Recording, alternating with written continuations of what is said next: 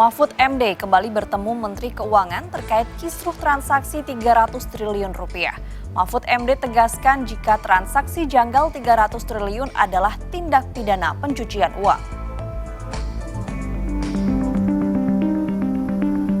Senin siang, Menko Polhukam Mahfud MD melakukan pertemuan dengan Menteri Keuangan Sri Mulyani.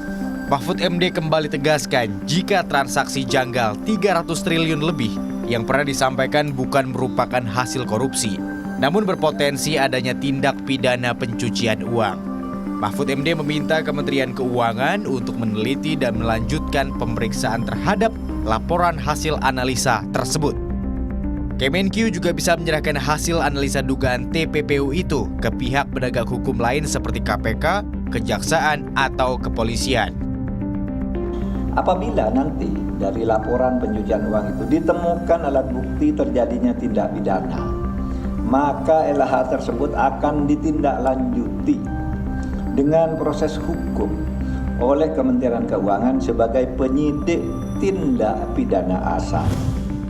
Sementara Menteri Keuangan Sri Mulyani mendapatkan surat pelaporan dan transaksi keuangan atau PPATK berisi transaksi mencurigakan sebesar 349 triliun pada tanggal 13 Maret. Diduga transaksi tersebut merupakan hasil tindak pidana pencucian uang. Surat yang diterima itu berisi 300 lampiran surat. 65 lampiran surat berisi transaksi keuangan lembaga atau badan yang tidak berkaitan dengan orang yang ada di Kemenq. Total nilai transaksi dari 65 surat berjumlah 253 triliun. Artinya PPATK menengarai adanya transaksi di dalam perekonomian, entah itu perdagangan, entah itu pergantian properti, yang ditengarai ada mencurigakan dan itu kemudian dikirim ke Kemenq supaya Kemenq bisa memfollow up, menindaklanjuti sesuai dengan tugas dan fungsi kita. Sebelumnya, Pusat Pelaporan Analisis dan Transaksi Keuangan telah membekukan belasan rekening milik 3 pejabat di Kementerian Keuangan.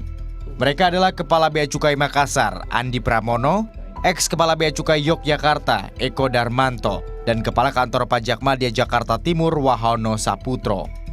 Sebelumnya, PPATK juga telah membekukan rekening ex-pejabat pajak Rafael Alun Trisambodo dan keluarganya. Januar Yuda, Anton Pradana melaporkan untuk NET.